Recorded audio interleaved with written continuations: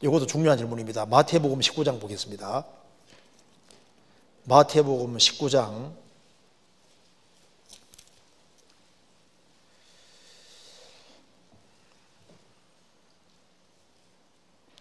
3절 제가 읽겠습니다.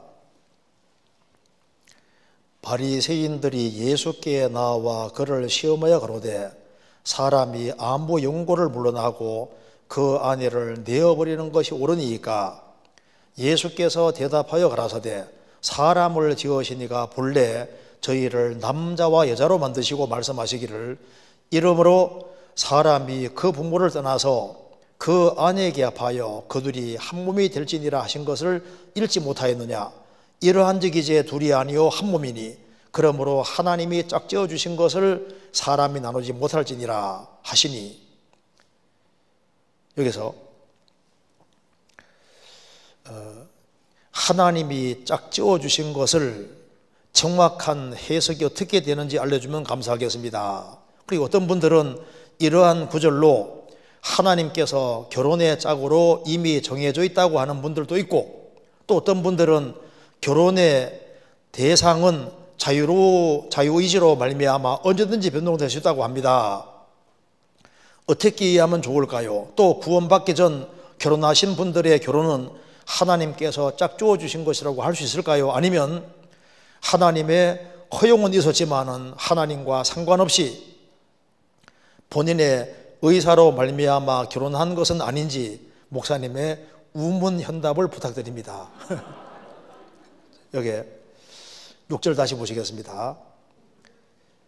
이러한즉 주님께서 창세기 1장 2장을 인용하시면서 이러한즉 창세기 1장 2장 읽어보지 않았느냐. 이러한즉 이제 둘이 아니요 한 몸이니 그러므로 하나님이 짝지어 주신 것을 사람이 나누지 못할지니라. 예수님께서 분명히 결혼은 하나님이 짝지어 주신 것이라고 분명히 말씀했습니다. 그럼 여기에 관한 질문인데요. 이 질문을 누가 하고 있습니까? 지금 바리새인들이 예수님께 질문하고 있는 겁니다.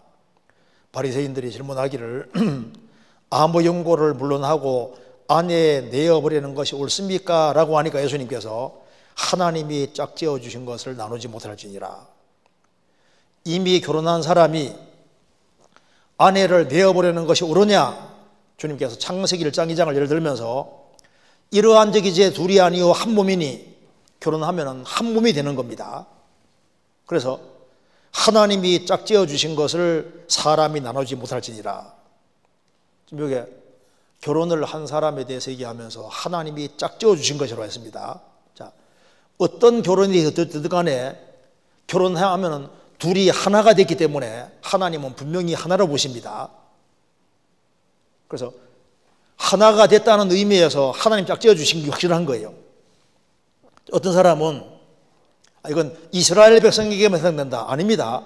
이 당시에 바리새인은 질문하는 사람이 구원받은 사람이 아니에요. 그리스도를 대적하고 죽이는 데 앞장섰던 사람들입니다. 그런데 결혼이라는 것은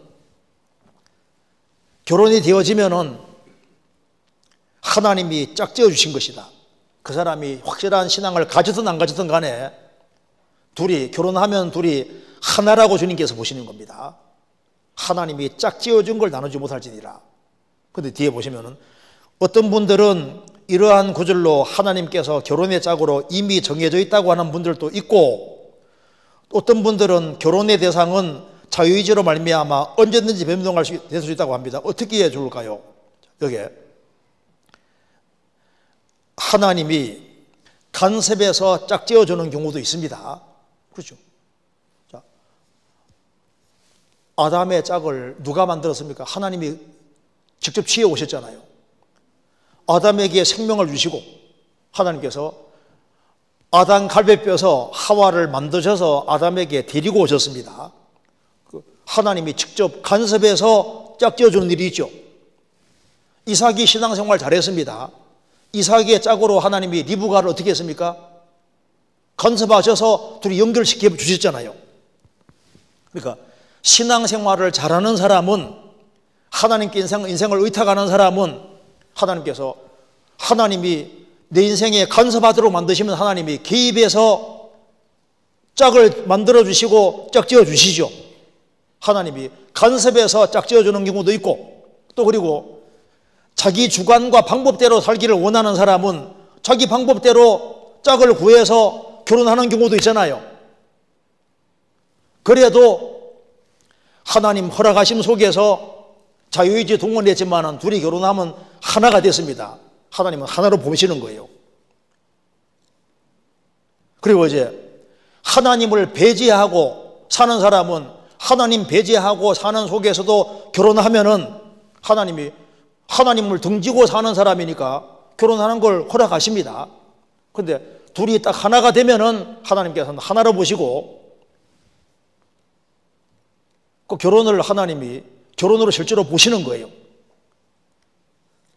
자, 구원을 받은 사람 중에도 순종하기 싫어하면서 자기 주관대로 그냥 이방 결혼하고 한다 그 말입니다. 허락하시잖아요. 그런데 결혼하면은 하나가 된 겁니다. 하나가 됐고 주님은 그걸 확실히 결혼으로 보십니다. 그래서 철저하게 순종의 길을 걷는 사람은 주님이 간섭하셔서 하나님이 결혼하는데 직접 개입하셔서 딱 짝지어주기도 하셔요. 합당한 짝을. 나는 결혼 문제는 주님 간섭하지 마십시오 하고 자기 편한 대로 자기 자유의지 동원해서 결혼할 수도 있죠. 그것도 결혼하면은 하나님께 하나로 보십니다. 그래서 여러 의지가 작용하고 있는데 이 우주 안에는 하나님의 의지도 작용을 하고 있고 마귀 의지도 작용하고 있고 그리고 사람의 자유의지도 작용하고 있습니다. 복합적으로 작용하고 있습니다. 그래서 여기 하나님이 짝지어 주신 것을 사람이 나누지 못할지니라. 어떻게 결혼했든 간에 결혼이 되어지면은 하나님 허락하심 속에 되어진 겁니다.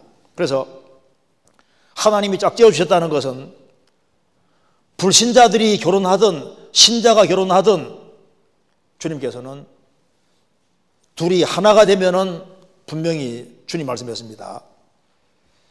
이러한 적 둘이 아니요 한 몸이니 그러므로 하나님이 짝지어 준 걸 사람이 나누지 못할지니라. 그래서 여기에 구원받기 전에 결혼하신 분들의 결혼은 하나님께 짝지어 준 걸 할 수 있을까요? 할 수 있죠.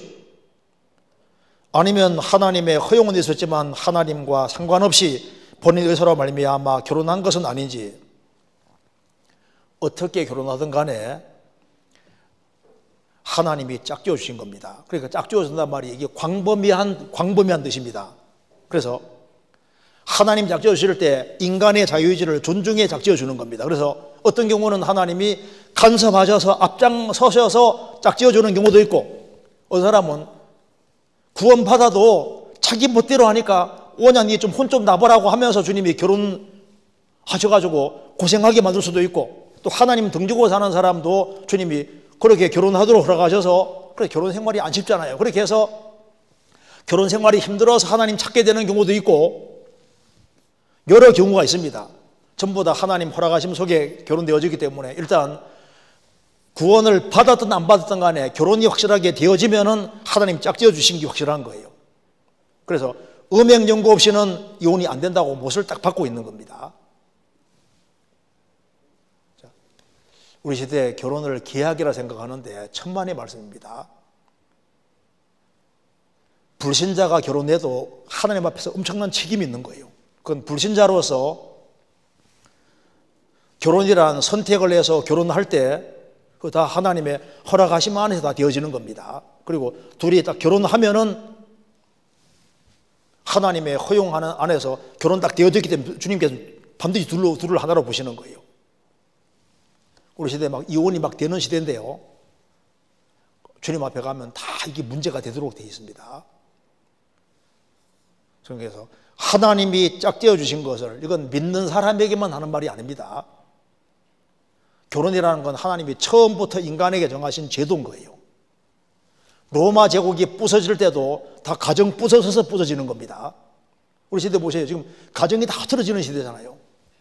하나님 정하신 창조 질서를 완전히 무너뜨리고 있는 겁니다. 내가 누구와 결혼했던 간에 결혼이 되어졌으면은 책임이 분명히 따르도록 되어 있습니다. 그리고 책임질 생각을 해야 되는 거예요.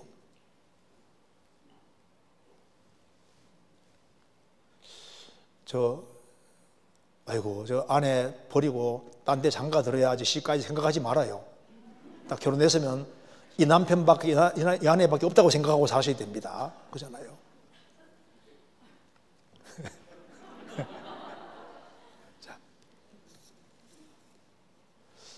하나님은 사람 사랑하시잖아요. 이게 참 결혼이라는 것이 이게 안 쉬운 건데, 이 결혼을 함으로 인해 가지고 사실 구원을 훨씬 더 많이 받을 수 있습니다. 불신자들도 결혼해서 자식 키우고 살아가는 힘든 거거든요. 그 속에서 하나님을 찾게 되고 자식을 낳고 키우는 속에서 정말 하나님이 살아계셔 더 많이 느낄 수도 있고, 이 가정이 얼마나 중요한 건데요.